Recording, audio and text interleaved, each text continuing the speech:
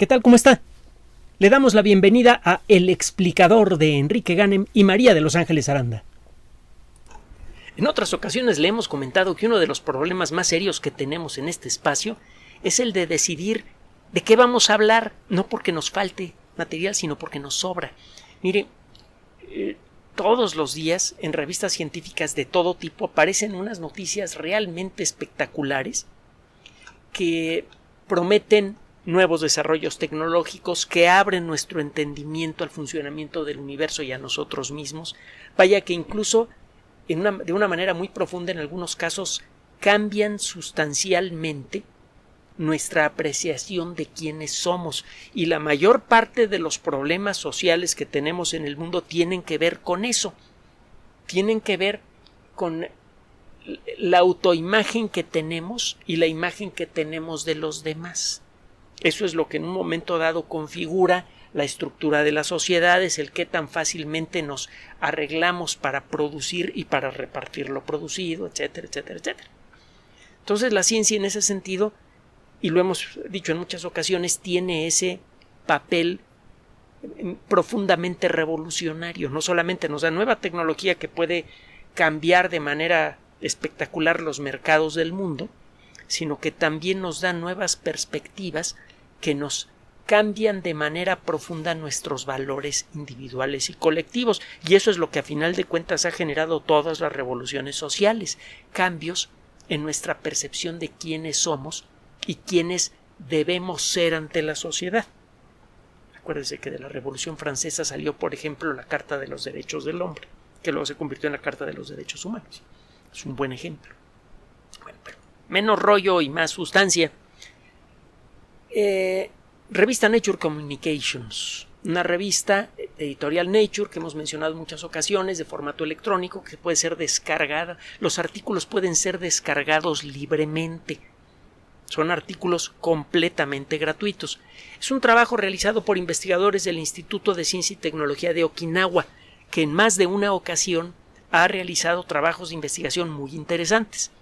Definitivamente uno de los problemas más importantes que hay en el mundo moderno en materia de energía, bueno, primero que nada, uno de los problemas más serios que tiene el mundo moderno es el de encontrar nuevas formas de crear y de generar y almacenar energía con el mínimo de impacto ambiental.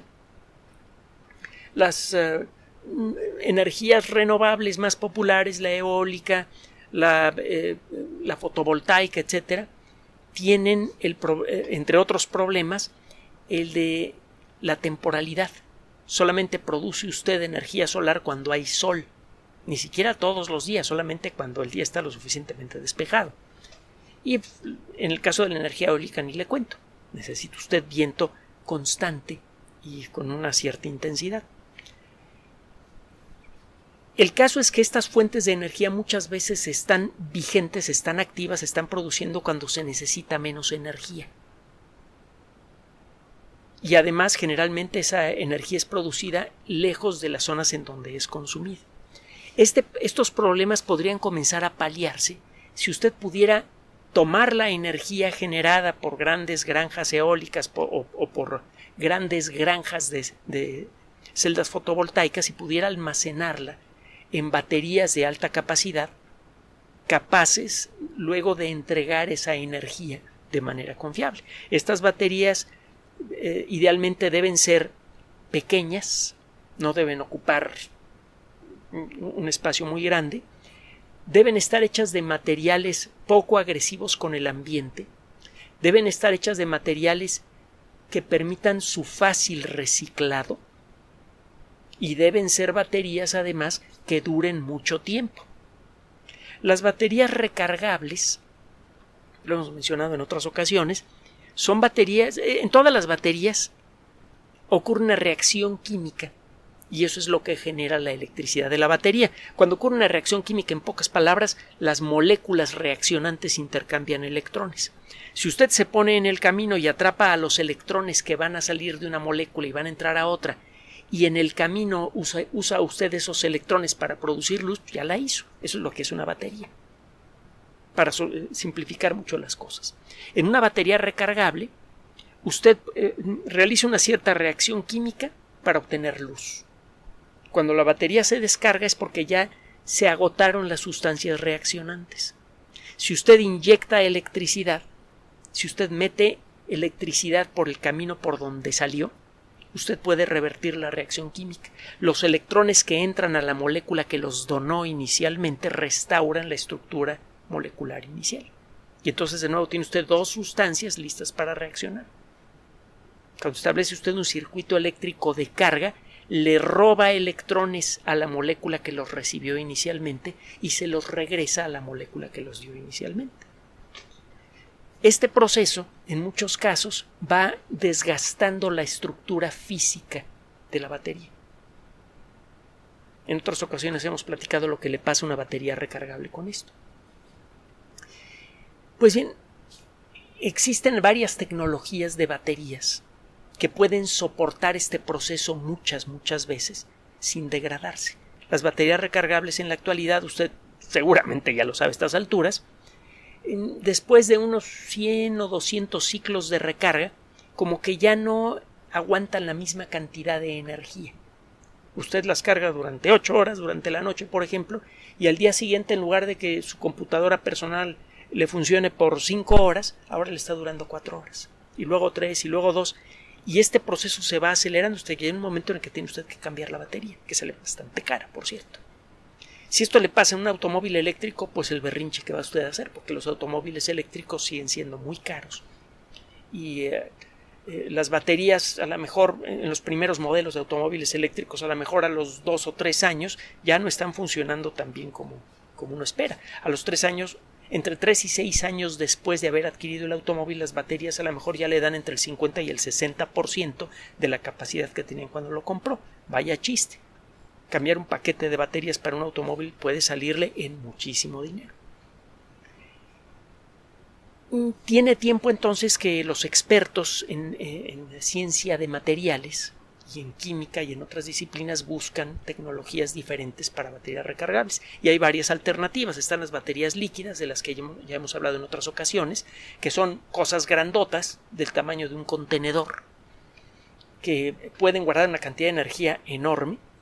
Pueden usted sacar mucha energía de ellas sin que hagan cortocircuito, que es algo que no puede hacer con las baterías de litio clásicas. Y además, estas baterías soportan muchísimos ciclos de carga y descarga. En principio, estas baterías pueden durar 25 o 30 años y son muy fácilmente reciclables, pero son enormes. Y si se pudiera hacer eso con baterías más chicas. Las baterías de litio, en general, son muy reciclables. No son tan fáciles de reciclar como las baterías líquidas, pero sí que son reciclables. Entonces, si usted quiere una batería que no tenga líquido en su interior y que sea compacta, como para meterla en un automóvil o en una computadora de nueva generación o en un teléfono de nueva generación, pues el litio es un candidato, es un buen candidato. El problema es que las reacciones químicas en las que está involucrado el litio generalmente hacen que las fibras en donde está guardado el litio comiencen a romperse con cada ciclo de recarga. Al agrietarse estas fibras comienza a entrar oxígeno y eso empieza a envenenar la capacidad que tienen las baterías de litio para capturar energía y luego entregarla.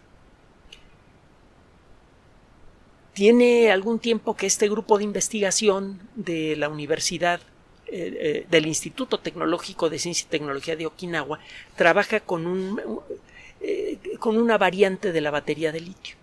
Utilizan litio y azufre. Son los elementos químicos que generan las moléculas que participan en estas reacciones químicas que esquematizamos hace un ratito. Se sabe, echando cuentas, con base en lo que sabemos de la química del litio y del azufre, que una batería de litio y azufre debería poder guardar muchísima energía, prácticamente casi el doble que una batería de litio convencional, y que podría ser mucho más duradera porque es más resistente químicamente a los procesos que degradan a las baterías de litio clásicas. El problema es que cuando usted trata de fabricar baterías de litio, el azufre que usted pone en la batería se difunde adentro del litio. Usted quiere que las sustancias que van a reaccionar estén siempre separadas. Al momento de empezar a reaccionar, Estas sustancias empiezan a intercambiar electrones y cuando están separadas, usted puede colocar unas plaquitas que toman los electrones que salen de una de las moléculas y puede poner otra plaquita en las moléculas que van a recibir los electrones. En el camino, esos electrones le sirven a usted para producir luz, movimiento, lo que usted quiera. Si las dos sustancias reaccionantes se disuelven una dentro de la otra, este proceso desaparece. No hay forma de encontrar un lugar de donde están saliendo muchos electrones para poder generar un circuito eléctrico que le sirva a usted para mover el motor de un automóvil. Ese es el problema que hay con el sulfuro de litio. Ahora estos investigadores se han desarrollado varias técnicas para dar la vuelta al problema, pero todas son caras y difíciles de implementar. Utilizan sustancias difíciles de conseguir, la técnica de fabricación es complicada, etc. Este grupo está probando, y lo reporta en Nature Communications, un tipo de batería que utiliza sulfuro de litio y para mantener separados a los materiales reaccionantes utiliza dos sustancias muy fáciles de conseguir, que prácticamente no son agresivas con el ambiente y que, al igual que el resto de la batería, son fáciles de aislar cuando está usted reciclando la batería. Es decir, el nuevo modelo de batería de estas personas es muy duradero, es muy barato, fácil de fabricar y es muy fácil de reciclar. Lo que utilizan es nitruro de litio, de titanio, perdón, es una molécula que tiene un átomo de titanio y uno de nitrógeno, y también utilizan dióxido de titanio. Usted conoce muy bien estos dos compuestos, aunque no los conozca por nombre. El dióxido de titanio es un material que cuando está en forma de polvo es de un color blanco muy brillante, muy intenso, y se le utiliza como blanqueador para hojas de papel, para pasta de dientes y para un montón de productos, para productos de cerámica. Es biológicamente inerte, ambientalmente inerte, fácil de reciclar, fácil de producir, de bajo costo. Y el nitruro de titanio, pues también el titanio es fácil de conseguir, es fácil de fabricar y se utiliza mucho para propósitos decorativos también. Cuando usted deposita una capa de nitruro de titanio en una estructura metálica, por ejemplo, esa estructura toma un color dorado. Además, el nitruro de titanio es biológicamente inerte, no afecta a los seres vivos y por eso se recubre con nitruro de titanio a muchas de las piezas metálicas que se colocan, por ejemplo, para sustituir articulaciones. Mucha gente que tiene piezas de metal en el cuerpo para suplementar el funcionamiento de su esqueleto, tienen piezas que tienen este color doradito y ese color doradito es el nitruro de titanio. Es un material bien conocido, biológicamente seguro, fácil de reciclar, fácil de conseguir, fácil de trabajar. Es toda una sorpresa. De pronto resulta que se pueden fabricar baterías que tienen una duración de casi el doble, bueno, no una duración, una capacidad de casi el doble que las baterías de litio convencionales, y todo parece indicar que estas baterías podrían tener un tiempo de vida como mínimo del doble o más que el de las baterías de litio convencionales. En números, dicen los autores, el autor principal es el Dr. Hui Shang. Si usted tiene un automóvil con baterías de litio convencionales, pues con este tipo de baterías él hace una propuesta de un cierto paquete de baterías para un automóvil eléctrico. Con este paquete el automóvil le da 300 kilómetros. Con un paquete de nuestras baterías que tiene el mismo tamaño y un costo quizá hasta un poquito menor por los materiales que usamos, el automóvil le da 500 kilómetros. En las primeras pruebas, estas baterías fueron sometidos a 200 ciclos de carga y descarga y no se notó una diferencia en su eficiencia, más que una degradación mínima en su eficiencia.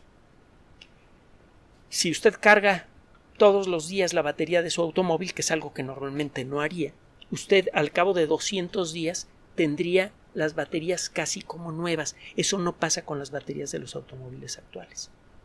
Un último comentario. Estos investigadores dicen que estas baterías de litio y azufre están apenas en la primera etapa de experimentación.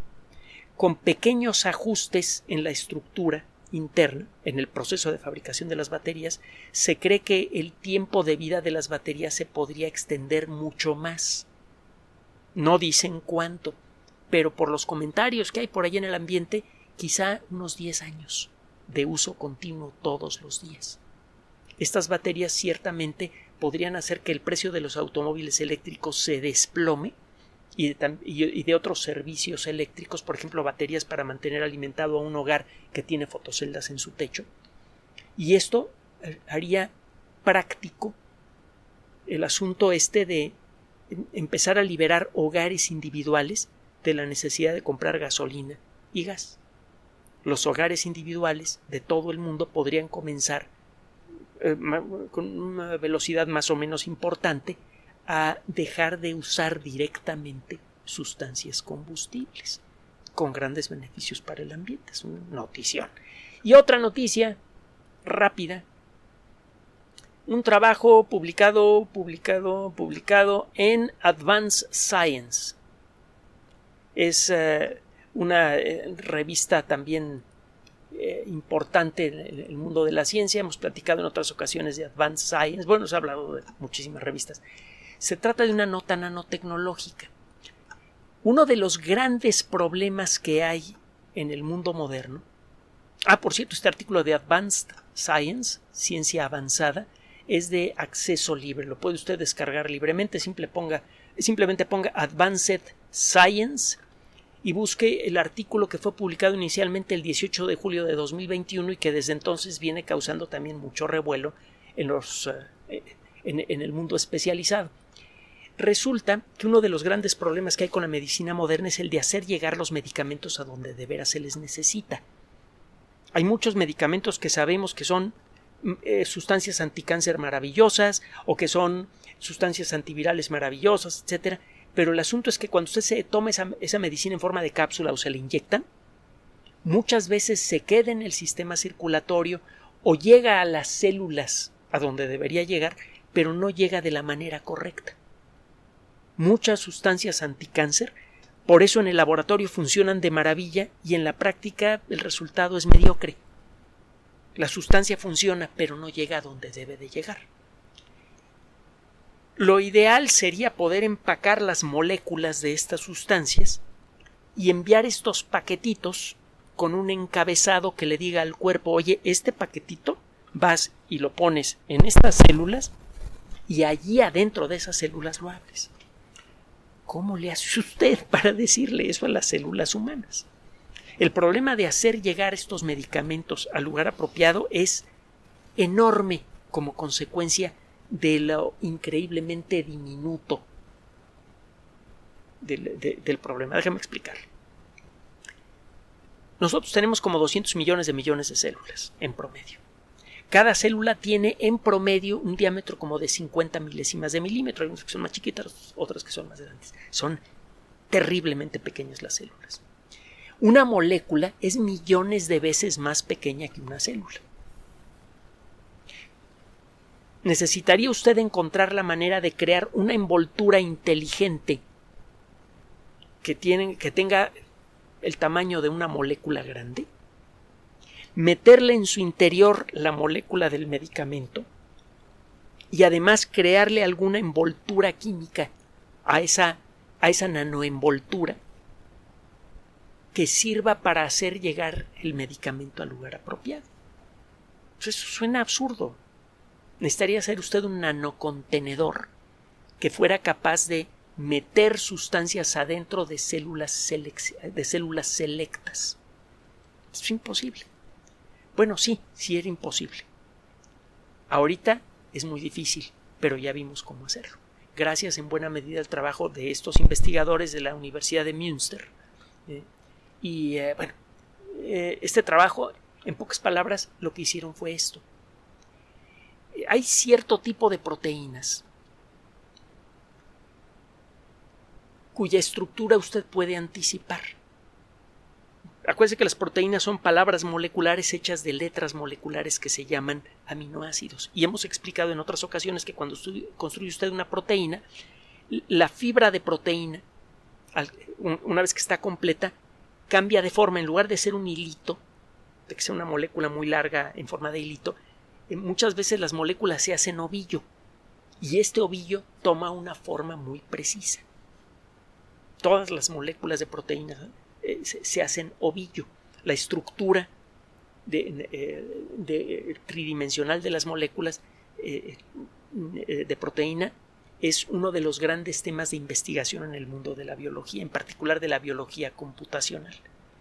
El calcular qué forma va a tener una proteína que usted construye es un problema computacional mayor, pero ya empieza a resolverse en parte con la ayuda de la inteligencia artificial. Entonces, usted puede crear nanocontenedores de distintas sustancias que sirven para llegar a distintos tipos de células e incluso a distintas estructuras dentro de las células. Usted puede hacer nanocontenedores hechos de moléculas que pertenecen a la familia de los azúcares. Dentro del gran mundo de los azúcares hay varias subfamilias. Una de ellas es la de las ciclodextrinas.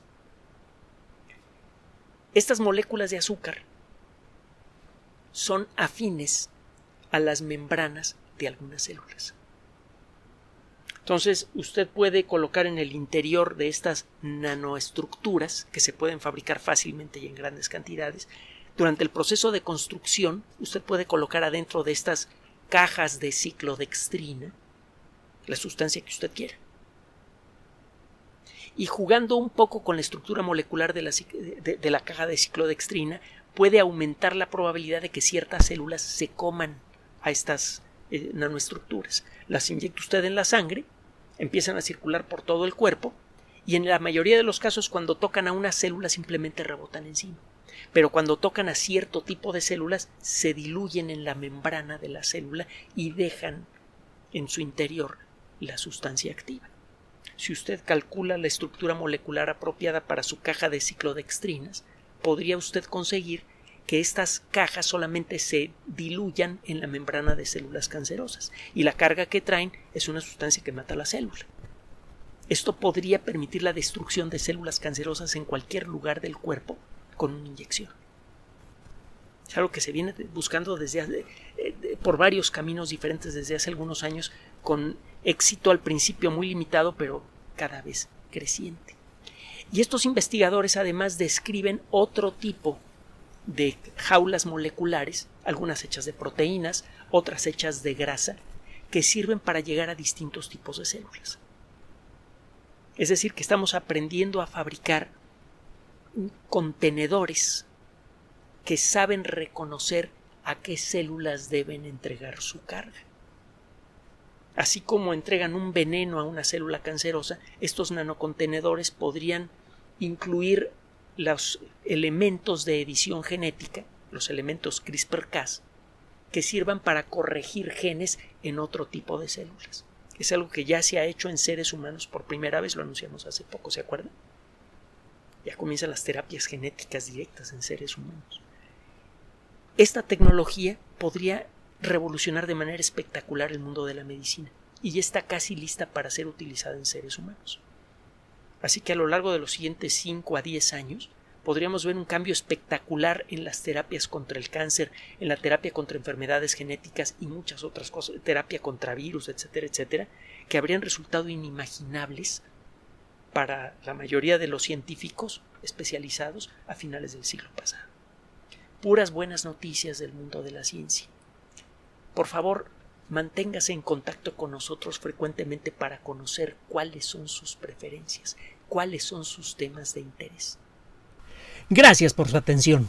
Además de nuestro sitio electrónico www.alexplicador.net, por sugerencia suya tenemos abierto un espacio en Patreon, El Explicador Enrique Ganem, y en PayPal, elexplicadorpatrocinio@gmail.com, por los que gracias a su apoyo sostenemos este espacio.